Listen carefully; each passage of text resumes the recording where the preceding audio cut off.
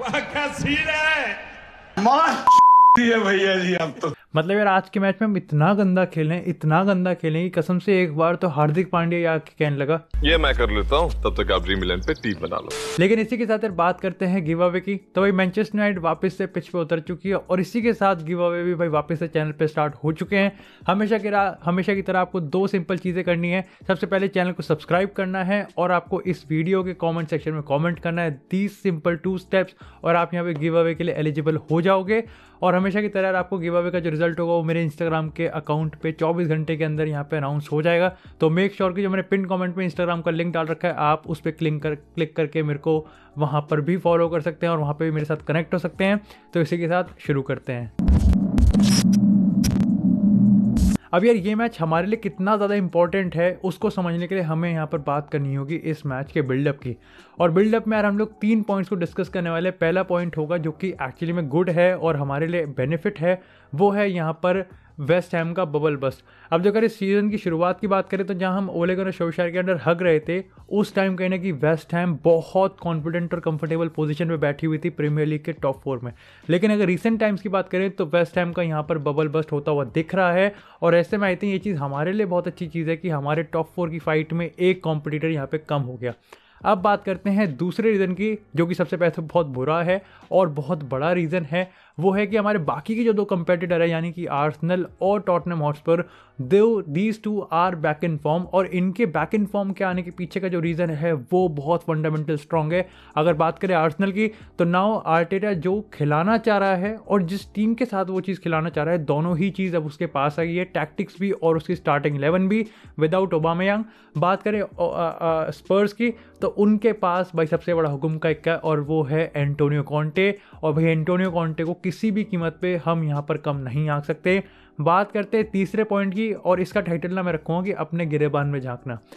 अब देखो इस करंट टाइम पे इतने सारे मैचेस हैं, इतने सारे क्रूशियल मैचेस हैं और मैं कहूँगा कि टॉप 4 की लड़ाई के लिए टॉप 4 डिसाइड होगा इन आने वाले 1 महीने में। और मेरे को लगता है कि दिस इज़ और बेनिफिट है हमारे लिए कि हमारे पास हमारी स्टार्टिंग 11 वापस आ गई है। यानी कि हमारे पास देखो स्ट्रॉन्गेस्ट 11 हमारी वापस आ चुकी है। सिर्फ एक पॉल पोग्बा गायब है लेकिन उसके अलावा हमारे पास हमारी फुल स्ट्रेंथ आ चुकी है। Raphael Varane is back, Bruno Fernandes is back, Ronaldo Cavani है, रोनाल्डो है, यहाँ पर सारी स्ट्रेंथ हमारे पास वापस आ चुकी है। तो ऐसे पॉइंट ऑफ टाइम पे गलती की कोई गुंजाइश नहीं हो सकती। राल्फ रैंगनिक जैसा मैनेजर है तो मतलब हर एक एंड से we are now good to go और यहाँ पर कंसिस्टेंटी की सबसे ज़्यादा ज़रूरत है। लेकिन इसी के साथ यार सबसे पहले बात करते हैं रांगनिक की टैक्टिक्स की। अब देखा यार आई थिंक इस मैच की अगर पूरे मैच की स्टोरी को मैं एक लाइन में समराइज कर दूं रांगनिक के रेफरेंस में तो आई थिंक हमने इस मैच में रांगनिक की बेसिक फिलॉसफी को ही फॉलो नहीं किया। यानी कि हमने इस मैच को कंट्रोल ही नहीं किया। From 0 to 90th minute I think एक चीज़ गायब थी यूनाइटेड के हाथ से और वो था इस मैच का कंट्रोल। अब देखो यार वो भी एक ऐसी टीम के अगेंस्ट यानी कि न्यूकासल यूनाइटेड जिसने ऑलरेडी 42 गोल कंसीड कर लिए हैं प्रीमियर लीग में, उसके अगेंस्ट हम अपने आप को इम्पोज करने में फेल हो गए। उसके अगेंस्ट हम अपने आप को फ्रंट फुट पे लाने में फेल हो गए और उसके अगेंस्ट हमने एक बहुत ही स्क्रैपी तुक्का गोल स्कोर किया है जो कि आई थिंक कहीं ना कहीं यूनाइटेड के स्टैंडर्ड से थोड़ा सा नीचे रहेगा ऐसे पॉइंट ऑफ टाइम पे तो। लेकिन अब बात करते हैं शुरू से। अब अगर पहले आपकी बात करें तो यहाँ पर हमने डिफ़ॉल्ट अपनी फॉर्मेशन खिलाई थी रांगनिक की 4-2-2 फॉर्मेशन और इसमें कोई डाउट नहीं है कि आज ये टैक्टिक्स बिल्कुल ही फेल गई है। अब इसका जितना रिस्पॉन्सिबिलिटी कहीं ना कहीं यूनाइटेड के प्लेयर्स को अपने पे लेनी पड़ेगी, चाहे हम यहाँ पर राशफोर्ड की बात करें, रोनाल्डो की बात करें, ब्रूनो फर्नांडिस की बात करें या वरान मैग्वायर की बात करें, फ्रेड की बात करें, उतनी कहीं ना कहीं तारीफ हमको न्यूकासल यूनाइटेड की भी करनी पड़ेगी कि एक्चुअली जो 4-5-1 फॉर्मेशन एडी हॉवे ने खिलाई थी वो बहुत ज़्यादा इफेक्टिव थी। क्योंकि यार देखो आप एक चीज़ देखो कि 4-2-2 फॉर्मेशन यानी कि रांगनिक की थ्योरी का जो सबसे स्ट्रॉन्ग पॉइंट है वो है उसका मिडफील्ड। जो 2 CDM और जो 2 नंबर 10 है वो उसका सबसे बड़ा हुक्म का इक्का है। और इसको जो 4-5-1 यानी कि जो 5 मिडफील्ड है न्यूकासल के उन्होंने बिल्कुल ही कट कर दिया यूनाइटेड को इनटू 2 पीसेज। और आपने अगर यूनाइटेड की मिडफील्ड को ही न्यूट्रलाइज कर दिया तो आपने 60% रांगनिक की थ्योरी को ही काट दिया। और ये आज की मेरे घर से अगर मैं आपको समराइज जो है बताऊं तो ये आज न्यूकासल ने बहुत अच्छे से किया। और उसमें अगर आप इंटेंसिटी डाल दो, उसमें आप हाई डिफेंसिव लाइन डाल दो, उसमें आप होम क्राउड का सपोर्ट डाल दो, उसमें आप एलेंसन मैक्सिमिन का मैजिकल ड्रिबलिंग डाल दो तो आप कहीं ना कहीं यहाँ पर एक फुल परफेक्ट न्यूकासल यूनाइटेड देख रहे थे अगेंस्ट मैनचेस्टर यूनाइटेड। लेकिन इसी के साथ यार बात करते हैं सेकंड हाफ की। एक और टैक्टिकल चेंज यहाँ पर रांगनिक करता है, ये एक्सपेक्टेड था क्योंकि 1-0 से हम लोग हार रहे थे, हमको एक चेंज की जरूरत थी। और ये आता है कवानी और सांचो को इंट्रोड्यूस किया जाता है, फ्रेड और ग्रीनवुड को बाहर किया जाता है। यहाँ पर यार मैं एक रिमार्क्स ऐड करना चाहूँगा कि यस फ्रेड को बाहर जाना था, कहीं ना कहीं आज के मैच को देख के फ्रेड और स्कॉट मैकटोमिने वाला डिबेट वापस से चालू हो गया। लेकिन यार मेरा मानना ये है कि जब मैं मैच को वापस से एक बार फिर से देख रहा था, कुछ की मोमेंट्स को देख रहा था, तो मेरे को लगता है कुछ मोमेंट्स में I think Scott McTominay was better than Fred. और आज के मैच की सिचुएशन को देखते हुए फ्रेड वहाँ पे बैठ नहीं रहा था। लेकिन जिस तरीके से रिप्लेसमेंट्स रांगनिक के सोची वो बहुत ज़्यादा डिबेटेबल और इंटरेस्टिंग है, अभी हम बात करें क्यों। लेकिन अगर बात करें राशफोर्ड की, तो भाई मेरे को समझ में नहीं आ रहा कि एक्चुअली में किस बेसिस पे मार्कस राशफोर्ड को लगातार स्टार्टिंग 11 में जगह दी जा रही है, इरिस्पेक्टिव कि वो इतना ज़्यादा बुरा खेल रहा है। मेरे तो समझ से बाहर है। डू लेट मी नो अगर आपका ओपिनियन बना पा रहे हो आप कि क्यों राशफोर्ड को एक्चुअली में लगातार स्टार्टिंग 11 में जगह दी जा रही है। लेकिन यार अब देखो कवानी है और यहाँ पे सांचो है। दिस मीन्स कि हम यहाँ पे 4-2-2 से 4-2-4 की फॉर्मेशन में शिफ्ट हो चुके हैं। 2 striker Cavani and Ronaldo, Rashford left wing पे और जेडन सांचो राइट विंग पे, और यहाँ पे फ्रेड को रिप्लेस कर दिया है ब्रूनो फर्नांडिस से। अब देखो सबसे पहली चीज़ तो इससे ऑफेंसिव तो क्या ही हो सकता है। लाइक इसको देखते सबसे पहले ये चीज़ पता लगी कि यहाँ पर रांगनिक की अप्रोच क्या है, क्या सोच रहा है। येस वी नीड अ गोल, लेकिन ये चीज़ करने से हमने जो चीज़ सेक्रीफाइस की है वो उससे ज़्यादा भी डरावनी है, और वो है कंट्रोल। पहले तो था ही नहीं, अब तो बिल्कुल भी कंट्रोल नहीं है। और ये चीज़ पे अगर हम इस चीज़ का भी तड़का लगा दें कि ब्रूनो फर्नांडिस को फ्रेड से रिप्लेस मतलब फ्रेड की जगह डाल दिया है, तो ये भी बहुत ज़्यादा रिस्की मूव है, क्योंकि ब्रूनो फर्नांडिस की इनकंसिस्टेंट परफॉर्मेंस, गेम खराब चल रहा है, और कहीं ना कहीं आज का गेम तो यूनाइटेड के हिसाब से तो बिल्कुल भी नहीं चल रहा है। तो ये ऑब्वियसली बहुत ज़्यादा रिस्की मूव था। इसके ऊपर अगर मैं ये भी चीज़ बोल दूं कि कहने को तो 4-2-4 फॉर्मेशन थी, लेकिन आपको पता है कि एलेक्स टेस और डियोगो डैलोट को पूरी फ्रीडम दी जाती है to go in the attack. तो यहाँ पर काउंटर अटैक के कितने ज़्यादा चांसेस थे, वो भी उस टाइम पे, उस दिन जिस दिन न्यूकासल यूनाइटेड हर एक बढ़िया तरीके से खेल रही थी, हर एक चीज़ उनके पक्ष में जा रही है और वो हर एक चीज़ बहुत ही प्रिसाइसली कर रहे हैं। ये बहुत ज़्यादा रिस्की मूव था जो कि मेरे को रांगनिक की तरफ से दिखा। अब इसमें एक चीज़ ये भी आया था कि आने वाले टाइम में यानी कि 75-80 मिनट के पास यहाँ पे नेमानिया मैथेज आते हैं, इन द सब्स्टिट्यूट होते हैं। मतलब कि अब जो फॉर्मेशन थी और वो यहाँ पे मिडफील्ड में नहीं बल्कि सेंटर बैक में टक इन होते हैं, तो 3-1-6 की फॉर्मेशन यहाँ पे खेलती है यूनाइटेड। 3-1-6, यस एब्सोल्युटली 3-1-6 खेलते हैं with Bruno Fernandes the only midfielder जो कि हमारे स्टार्टिंग 11 में था। तो आप सोच सकते हैं कितना ऑफेंसिव जा रहा था यहाँ पे राल्फ रांगनिक, वो भी उस दिन जब न्यूकासल यूनाइटेड जब हमारी छाती पे चढ़ के बैठी हुई थी। अभी आप सोचोगे कि यार इससे ऑफेंसिव तो क्या ही जाएंगे, लेकिन फिर भी अगर एक फैक्ट में अगर नंबर इस चीज़ के दूं कि कंसिडरिंग द फैक्ट कि रांगनिक कहीं कुछ भी होता रहे, कुछ भी उससे मतलब नहीं है, वो अब तो अपनी फिलॉसफी अटैकिंग फिलॉसफी खिलाएगा। तो एक फैक्ट हमें ये भी समझना पड़ेगा कि इतना अटैकिंग खेलने के बाद भी हम न्यूकासल को यहाँ पर तोड़ नहीं पाए। इसमें हमारी इंडिविजुअल परफॉर्मेंस भी आएगी और इसमें कहीं ना कहीं यहाँ पर न्यूकासल की तारीफ भी करनी पड़ेगी। लेकिन अब बात करते हैं कुछ इंडिविजुअल परफॉर्मेंस की, और ये आई थिंक आपको बहुत ज़्यादा आइडिया देगा कि आज का मैच एक्चुअली में टर्न आउट हुआ कैसे। अब देखो जब मैंने आपको शुरुआत में बताया कि हमारी स्ट्रॉन्गेस्ट 11 वापस आ चुकी है, तो उससे ही आई थिंक स्टार्ट करते हैं और बात करते हैं राफेल वरान की। मैं उस बंदे को देखकर आज इतना ज़्यादा एक्साइटेड था क्योंकि मुझे याद है कि जब राफेल वरान इंजर्ड हुआ था यूनाइटेड में आने के बाद, तो मैं तब इतना ज़्यादा डिसअपॉइंट हुआ था क्योंकि ऑलरेडी हम ओले गुनार सोल्शायर के अंडर इतना हग रहे थे, और उसके बाद वरान का गायब होना इतने लंबे टाइम के लिए, ये हमारे लिए I think one of the worst चीज़ें हुई थी यूनाइटेड के इस सीज़न में। लेकिन अगर आज की बात करें तो यार आई हेट टू एडमिट कि तीनों ही बहुत ही क्लियर कट चांसेस में न्यूकासल में आई थिंक राफेल वरान वॉज एट द फॉल्ट और उसका यहाँ पे एरर था। अगर सैन मैक्सिमन की शुरुआती गोल की बात करें तो इट वॉज राफेल वरान जो डिस्पोसेस्ड हुआ।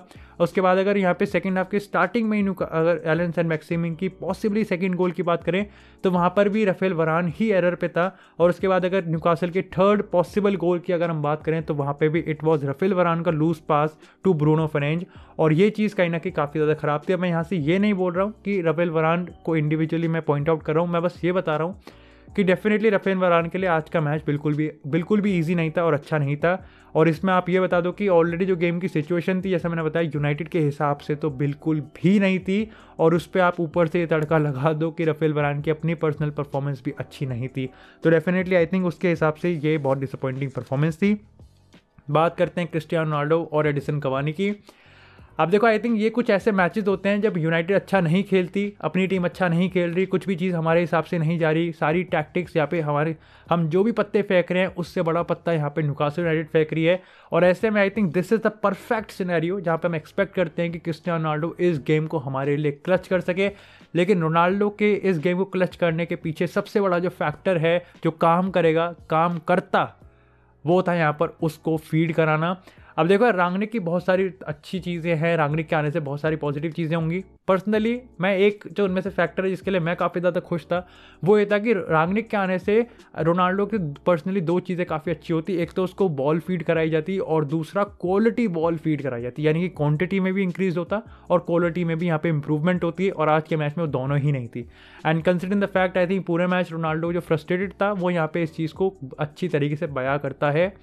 नाउ अगर आज के मैच की उसने येलो कार्ड भी लिया और अब ये प्रीमियर लीग में उसका चौथा येलो कार्ड है, तो ये भी कहीं ना कहीं उसकी पूरी स्टोरी को बताता है किस तरीके से यूनाइटेड की ओवरऑल परफॉर्मेंस यहाँ पर चल रही है और कितना ज़्यादा इंप्रूवमेंट है। कहीं ना कहीं रोनाल्डो के पर्सनल बात करूँ तो उसने भी यहाँ आई थिंक एवरेज ही खेला है। एंड अगेन आई थिंक यहाँ पर ये डिबेट चलता ही रहेगा कि वो एवरेज खेल रहा है कि उसको फीड नहीं करवाया जा रहा। लेकिन डू लेट मी नो कि आपने कल रोनाल्डो की परफॉर्मेंस को किस तरीके से रेट किया और आप इस सिचुएशन को किस परसेप्शन से देखते हैं। बात करते हैं कवानी की।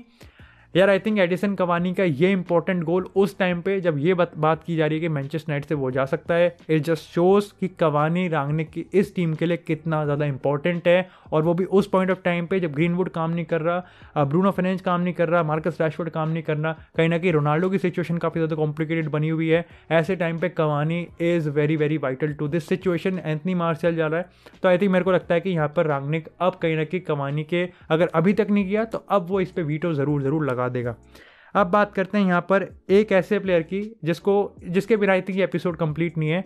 वैसे दो हैं लेकिन इसको भी यहाँ पर कहीं ना कहीं ये हमारी टीम का नहीं है, वो है यहाँ पर एलन सैन-मैक्सिमिन। ये मेरे हिसाब से आज के मैच का हीरो था।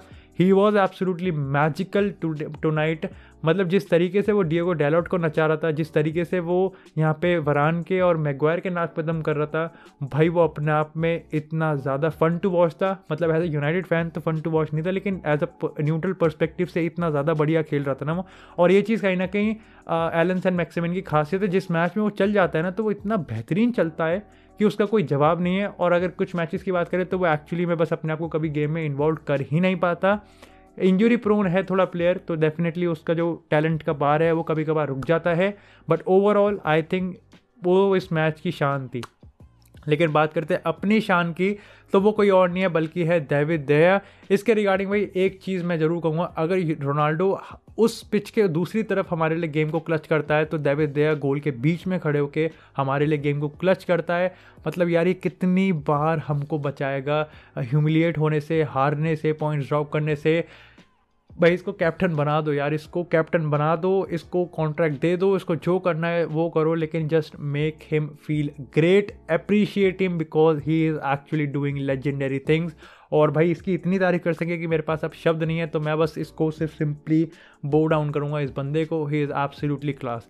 लेकिन बात करते हैं क्लोजिंग वर्ड्स की, तो मेरे हिसाब से यार देखो डेफिनेटली मैं दो चीज़ें देख पा रहा हूँ। मैं आर्टेटा को देख रहा हूँ और आर्सेनल में उसका इन्फ्लुएंस देख रहा हूँ, मैं एंटोनियो कॉन्टे का इन्फ्लुएंस देख रहा हूँ स्पर्स में। बट फिर भी मैं इतना डेस्परेट नहीं हूँ कि मेरे को रांगनिक की फिलॉसफी अभी ही यहाँ पर काम करती हुई दिखनी चाहिए। मैं इतना डेस्परेट नहीं हूँ। येस आई एम डिसअपॉइंटेड, लेकिन जैसे मैंने कहा कि मैं इतना डेस्परेट नहीं हूँ एज ए यूनाइटेड फैन। लेकिन वो कुछ भी होता रहे, at the end of the day the most important thing, जो चीज़ हम अफोर्ड नहीं कर सकते वो है पॉइंट्स ड्रॉप करना हम अफोर्ड नहीं कर सकते, और इस पॉइंट ऑफ टाइम पे तो बिल्कुल भी नहीं। और उसके ऊपर कंसिडरिंग द फैक्ट कि हमारी स्ट्रॉन्गेस्ट 11 हमारे पास है, यस यहाँ पे शार्पनेस मैटर करता है। यहाँ पर हम कोविड के यार प्रीमियर लीग में आधी से ज़्यादा टीम इन रीजंस की वजह से खेल रही है। I think it's not that big of an excuse कि हम यहाँ पे परफॉर्म नहीं कर सकते।